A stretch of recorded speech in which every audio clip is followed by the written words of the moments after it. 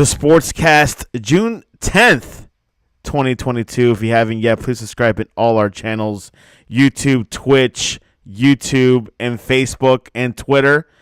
Also on Apple Podcasts. If you're listening on Apple Podcasts, please leave a rating and a review. It will help us out tremendously. And also, you can listen to us on online digital radio. And you could also go to our website, thesportscast.net, and also download our app, The Sportscast. We had late breaking news. You can get a notification. The Big 12 is adding UCF and some other teams, Cincinnati. So the Big 12 will be more exciting than usual. And, of course, but this week is a little bit of NBA. Of course, Game 4 is tonight. Warriors are down against the Celtics 2-1. And join us, a man that is at a wedding. Not sure if he's getting married or not. Jordan Vargas, welcome back to the Sportscast. Thank you for having me. Excited. Jordan Vargas, so tell us what's the update on your personal. No, sorry. How you been lately? What's going on? Are you in Illinois this weekend? No, I am not in Illinois, but I'm still in the Midwest. No, I'm excited. Thank you for having me. In We'll get the update going. In a undisclosed location, right? Oh yeah, no, just in the Midwest, in Kansas. In Kansas, nice, Kansas City. All right, so let's start.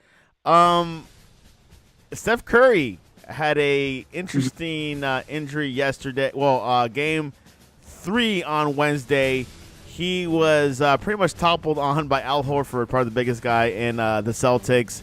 Said yesterday during the press conference he is going to play. He's expected to go out and play. Yeah. He says his status was up in the air after Game 3, but said he is going all in. He said, I got about 10 hours and a half hours of sleep, which I can't get. A couple of dunks in the ice bucket, and that's about it for now. Jordan, how important is Curry for his Warriors team, and do you think he can lead this team to a series tie?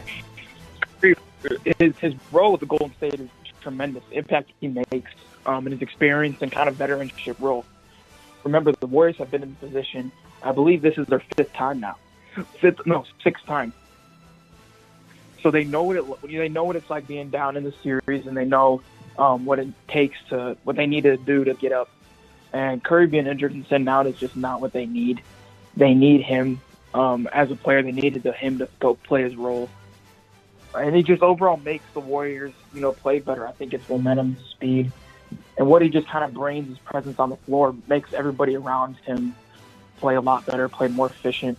And again, they're more used to Curry being at the one, taking the ball up the floor, and that's how everybody's been rolling for the past 6 NBA Finals appearances. So it doesn't shock me that he's, deciding to go ahead and play through it, but I'm glad to see him do it. How would you compare this Curry player? I mean, is he the Jordan leader type of player? Is he kind of a half step from that type of leadership? Like, how would you compare him to the greats in the past, the Magic Johnsons, to I guess LeBron and Michael Jordan and Kobe? How would you compare him to those greats? I wouldn't compare him. I wouldn't measure him against Michael Jordan. I wouldn't measure him against LeBron. Curry's the type of player where he has people around him that just play their role at the best they can. The players on their team are the best players at their role in the NBA. Klay Thompson, one of the best shooters in the NBA. Jordan Poole is climbing up the rankings. Draymond, one of the best bigs coming down. Steve Kerr, one of the best coaches. So everybody on that team plays a role. It's kind of hard to depict who Curry plays like or his leadership role, but everybody on that team sort of is the leader in their position and in their I guess team role or team leadership. Everybody has a part, and I think that's what makes the Warriors great. I don't specifically think it's one player, but Curry definitely holds momentum over all of his other teammates, but it's because it's who he is. He makes everybody else around him continuously better. And they're just a hard team to compete against because they're all so versatile. Yeah, which is interesting because this has been a debate that I've been having since Joseph Hastings that I met at Starbucks about 3 weeks ago. And also Ryan Krista kind of comes in agreement, maybe Jordan probably as well, that these Warriors teams are more comparable to the San Antonio Spurs than the Chicago Bulls of the past. There's more team effort, more ball movement. No real star, you can say. No real star that takes over and scores. Yeah, I mean, there's Curry, can score, but tremendously, 50 points at sometimes, but it's usually a whole lot of different variables that come together. So we'll see what happens. Curry said he's getting as much recovery and healing as possible and understand how important Game 4 it is. I'm excited about the opportunity.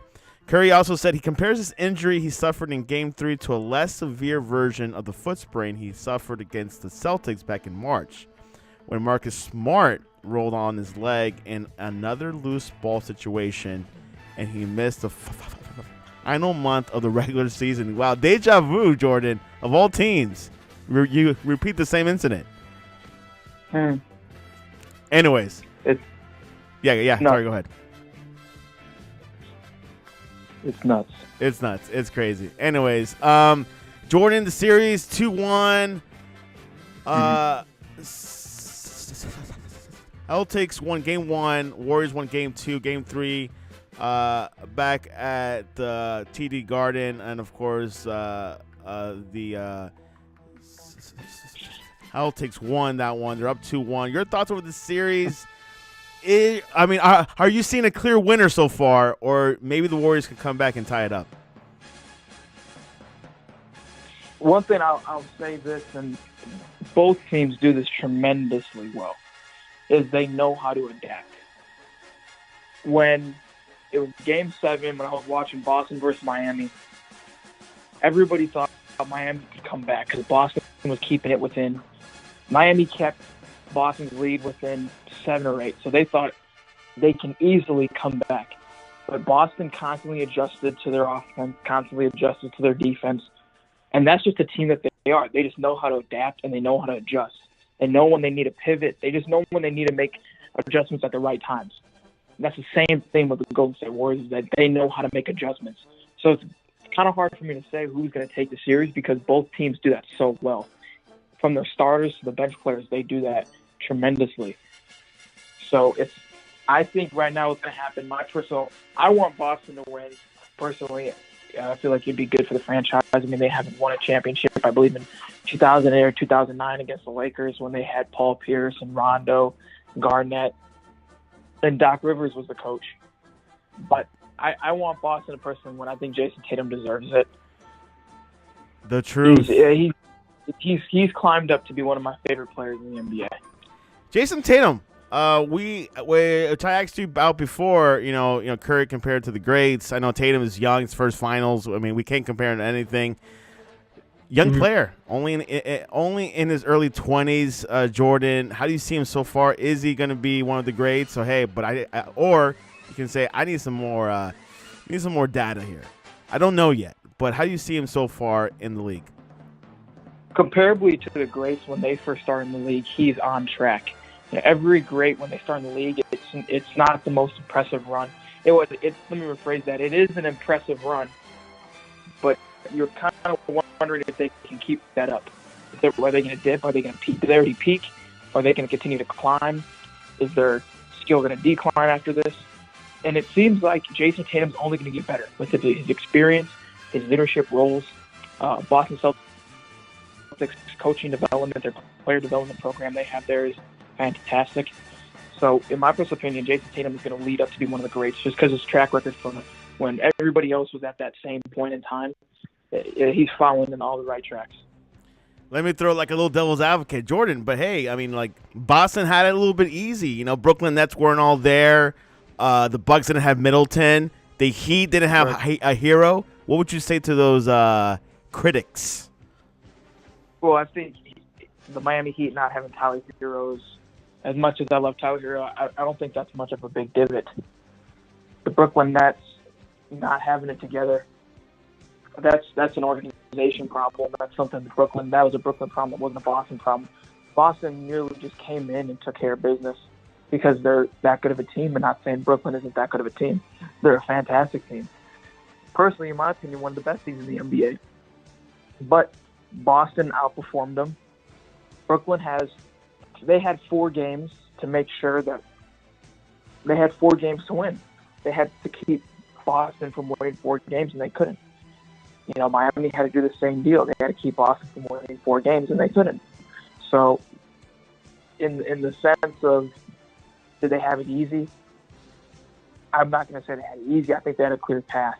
But here's going to be the real challenge, and the fact that Boston is leading 2-1 is very, very. It shows a lot of what the team is made of and the team's actual skill level that they're going against the Golden State Warriors. Mind you, Golden State has swept teams before. So the fact that Boston has the advantage, the lead point over them is good to see. So you're saying it's no coincidence they're up 2-1? No. Or conspiracy? No conspiracy. There you go. Back to the Warriors, Golden State. A lot of these young players coming up. Poole, Wiggs. Do they need to step it up a little bit more? Curry is not 100%. We can both agree with that. Which of these young players do you want to see more tonight? Maybe score 40 points. I want to see Poole. Why? And I know Boston to win, but Poole is, to me, he's up next in the NBA. In the NBA, Jordan Poole is up next. I want to see him score a lot. I want to see him pitch in. I want to see him sort of fill that role in that Curry had, that presence, maybe fill in the void a little bit. Curry can't get up and down the court as fast, or he may not be able to his playmaking decisions may not be fully there because physically he isn't there yet. So Poole's going to have to step in. I personally want to see Poole step it up tonight. I mean, it's a perfect time for him too. But again, Boston is a team that if there's a weakness to be sought, they're going to see it, and they're going to know how to play with it. They're going to know how to play around it. And so I'm excited to see what's going to happen. I personally believe Boston's going to go take this game on the bare fact that they know how to adjust. They know Golden State's playing style. They know that there's injuries. They know that there's fatigue. And with that, players are going to have to step up. So they're going to have to break into new shoes. But I believe, Boston's going to go up. A whole nother X factor here. Draymond Green, a little bit, got a technical, was ejected in Game 3. Is he an X factor? Do they need to calm them down? What is the deal with Draymond Green? Is he a distraction for the Warriors? No, I think he needs to be able to bring. That's the energy they need. They need someone bringing that energy to them. But I love it. You're not saying it because you're going for Boston. Yeah, I love that he's bringing the energy. Golden State needs the energy. They kind of have the nice guy energy, and Draymond mixes it up a little bit so people, they don't know how they should feel going into the game. I don't know if the Celtics are provoking Green what the Cavs did a few years ago when he got suspended for a game, and that changed the whole series. The Warriors were up 3-1. And then the Cavs won it. Do you think they're using that strategy to get him going and maybe get suspended? I think they use that strategy with every team in the NBA, but particularly Draymond. They know that strategy, as if we look at the history books, it's worked. So quite possibly they could be using that strategy to go against them. But I also believe that they could be just merely playing it out. I mean, this is winning for the championship. This is going in for this is for all the marbles. So in the sense that they're all just kind of, a do or die situation. So maybe they're ramping it up to get Draymond, but I personally just think that they're just out there to play basketball, and they do it with every other team. Draymond just happens to have a shorter temper. Well, there you have it. Let's wait for the predictions toward the end of the show. Maybe I can convince Jordan to pick the Warriors, but wait and see. Let's go into the Hornets, Charlotte. MJ, Air Jordan interview this week, Mike D'Antoni and Kenny Atkinson for the head coach position. It is vacant. It is available. Of course, GM Mitch Kupchak is probably in the room as well. Maybe not. I don't know. Jordan, your thoughts? would you pick either I would pick of these two, and which one would you pick and why? I would pick D'Antoni, but my first choice would be Mike Brown. But the Sacramento Kings already picked him up. But if I had a first choice, it'd be Mike Brown. Second choice, it would be D'Antoni. D'Antoni's had a proven record. Played phenomenally. He had a great run. He had a great run in New York, a good run in Houston. So he knows what to do with player development. He knows how to coach well. He has that veteran experience, especially Charlotte being. I'm not going to say they're the young team in the NBA, but they definitely have a younger presence. They need sort of that older leadership role. I just don't think James Borrego is really there to cut it. So I'm happy to see that he moved on. But if I would have someone come in, it'd be D'Antoni. D'Antoni, old timer, of course, coach for the Lakers, coach for the Houston Rockets, also the Brooklyn Nets. Of course, anyone could coach there leaves after a year. I'm kidding. So Mike D'Antoni, 71 years old, a lot of experience, can't get the team together.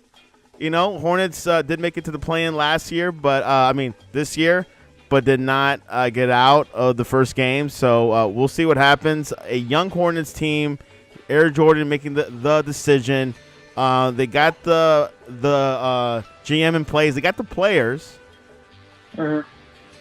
But we'll see what happens. The coach might move some pieces around. Maybe get Kevin Durant. No, I'm just kidding. I don't know if Jordan wants Kevin Durant in Charlotte. Of course I'd want Kevin Durant in Charlotte. Okay. Anyways, there it is, the Hornets. We won't find out. Maybe next week or in a few weeks. There is a guy named Quinn Snyder who left Utah Jazz. Would you put him as a candidate for Charlotte? Yeah, interview him, see what happens, see what he has to say, compare it against the other ones. But personally, my heart's been set on D'Antoni ever since I saw he was in the interview process. There you have it. And also just to hear what Quinn Snyder has to offer. Maybe he has some game plans. Look, I can. These coaches have to say, I can take this team to the playoffs. We can skip over the play-in. This is my plan. This is what we can do. This is what I can do for LaMelo. I can make him great. Things like that. They got to hear this stuff in the interviews. Anyways, right. On to the prospects. International prospecting. Luka. Who is the next Luka or the next Tony Parker? French prospect Ryan Rupert to play New Zealand. Is one of the most promising young wing players in the world. And he's going to New Zealand Breakers of the Australian National Basketball League next season. Rupert, who is 6'7" with a 7'3" wingspan, is projected to be the 21st pick in ESPN's 2023 NBA mock draft. Another French forward, Ousmane Dieng, another one. So Rupert, who turns 18, has drawn comparisons to Phoenix Suns forward Mikal Bridges because of the defensive versatility that comes with his wingspan, his ability to get into the passing lanes, and the intensity with which he plays on defense. Your thoughts on this, Jordan? Is he a force to be reckoned with? I say he is. Watching him play 13, 14, he played for his national team. Over time, his skill level is just developing. And again, when he goes to play in the NBL over in Australia, it's just going to break. So I'm very excited to see what he's going to do. I love his playing style. I've been following him on Draft Express. He's a fantastic shooter. He has great size, great facilitator, and has a heavy presence on the court, being able to shoot the ball. And he's 6'7". In reality, that's tall. In the NBA, it's a good height where you want to be at, but it's his wingspan at 7'3", which takes it all. Being able to put the ball a little bit higher when you shoot it, having a little bit more length in transition, having the ball. So very excited to see what he's going to do. And personally, I'd love to see him in the NBA. Yeah, he'll have a year from now to the 2023 NBA NBA draft. Exciting stars going up in that year, so we'll see what happens. Another foreign player, another international that make an impact, maybe be the next Luka or Jokic in Denver. So We'll see what happens. LeBron James, making some noise once again, is talking about maybe investing in an NBA team in Las Vegas. He said, I want to own a team. I want to buy a team for sure. He's a billion-dollar player, by the way. He said in a preview clip from the latest episode of his talk show, The Shop, and it says, I want a team in Vegas. He's currently a part owner of the Red Sox, Penguins, and Liverpool. Hey, why not? Maybe Big Bronny, Jordan. That would be great if he played for the team that he owns and got his son there, and his two other sons, Bronny and Bryce. I did not know about Bryce. Bryce is I believe Bryce is the youngest boy, but he's gonna be incoming freshman over at Sierra Canyon. He's about 6'6". So very excited to see what he's going to do. And your thoughts about LeBron owning a Vegas team? I love it. I don't think a lot of players in the NBA, in fact, I believe none, current standing roster players own any part of the team. In a financial standpoint, of course, they have socially, they have a big impact on the team, but from a financial standpoint, no other player can do it, and only LeBron can. I mean, LeBron is a billionaire now, so it would be amazing to see if he could do that. And I think it would change the NBA, and it get people a lot more invested and kind of look at it from a different perspective. Not only from a basketball standpoint, but now we're entering the business standpoint, the financial standpoint of things. So if he would be able to do that, that'd be amazing. We'll see what happens. Of course, Vegas has not had a professional basketball team. But they do have a G League team. I'm trying to look it up. What's the name of it? It is Ignite to Play. I don't have that right now. Maybe they don't. But there is a Las Vegas Aces, but I'm not sure if that's a women's team. Yeah, that's WNBA. Yeah, exactly, which is starting in the summer. But yeah, Las Vegas, of course, will be a great spot for an NBA team. NFL has an NFL team there. It is the Las Vegas Raiders. So far, so good. Issues with gambling and players, but now you could gamble anywhere in the country, so it doesn't make difference in Vegas or not. Los Angeles Lakers. Speaking about LeBron, the Lakers' new coach Darvin Ham has hired Rasheed Wallace, the guy that wears the Air Force Ones. Will be an assistant coach for the Los Angeles Lakers, the prestigious Los Angeles Lakers. He spent a year coaching at collegiate level under Penny Hardaway at the University of Memphis. His departure from the Memphis coaching staff to join the Lakers was something that Hardaway expected and hinted at Monday morning.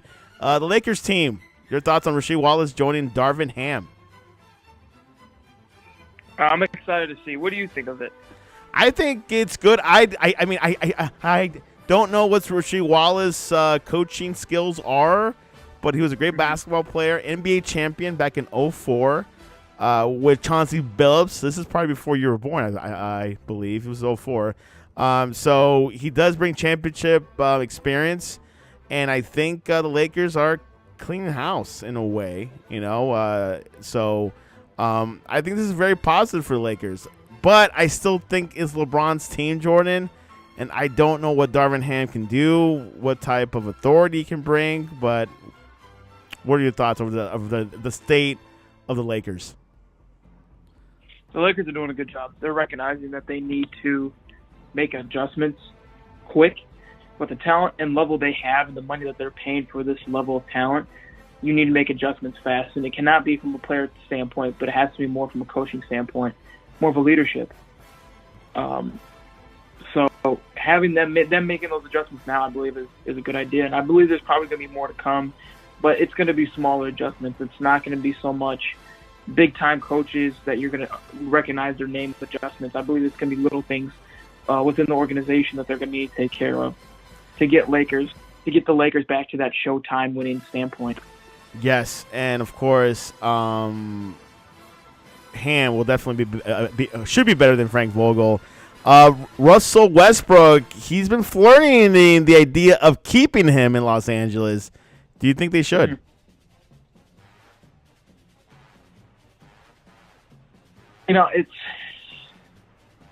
I believe they need to. Again, I had my opinion about Russell Westbrook, saying he was kind of a ball hog. He wasn't that good of a player. More I look at it, he's too much of a talent for the Lakers to just let go. And LeBron needs someone who can roll with them. Carmelo's getting up in age. He's not as fast. He's not as quick. Russell, on the other hand, he can still run. So LeBron needs someone like that to depend on, and they need that Showtime power. Yeah.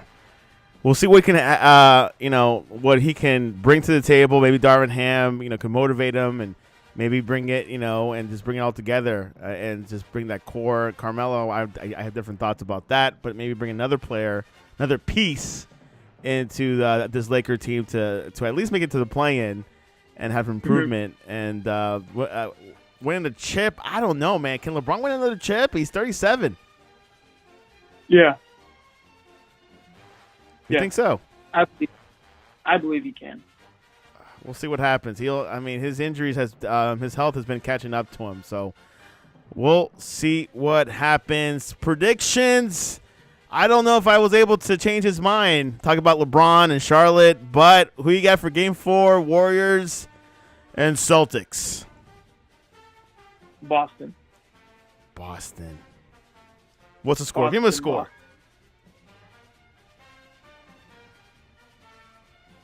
110 to 103.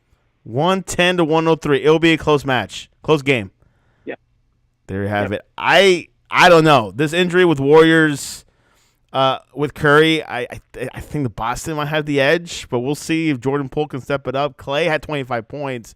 Maybe bump it up a little bit to 30 and see what the Warriors can do. I'm going to say Warriors by a hairline, 114 to 113. Okay. Fair enough, right? Okay. Poll question of the day, Jordan. What is your favorite herbs and spices? The choices are cinnamon, hot pepper, garlic, or oregano. Cinnamon. Cinnamon it is. That actually was my first answer, and they're all tied for 25%. Garlic is good, too. Cinnamon is just, you put it on everything. What? You can put cinnamon on everything. Oh, yeah, exactly. You could put it on sweets. You could put it on salty food. You could put it on rice, But I think cinnamon goes best with brown sugar. I'd have to agree, yeah. There you have it. Jordan Vargas took his time from a wedding rehearsal to join us in the Sportscast.